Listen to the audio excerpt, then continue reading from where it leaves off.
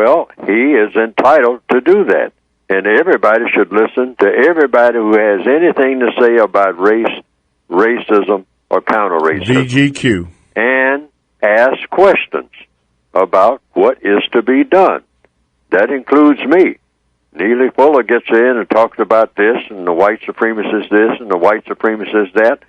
Well, be specific about your questions.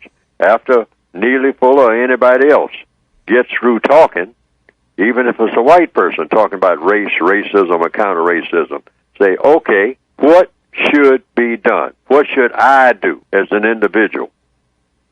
Tell me in detail what I should do. And what should other people do?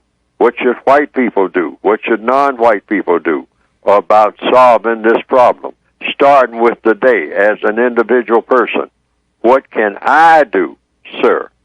In the case of the sheriff that you're talking about, just listen to everything he says and don't criticize. I mean, except you, depending on what you mean by the word criticize. But I'm saying the process of solving problems is always through the what?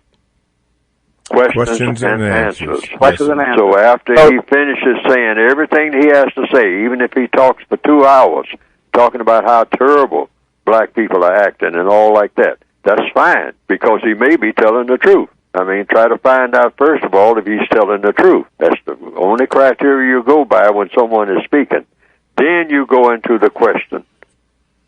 What should be done about what you just said, and who should do it? And what should be the procedure for getting it done? What should be done? Why should it be done? What is the plan for doing it? And what is going to be the result of everybody doing what you just said? Do you think, alrighty, we got to go. One more question.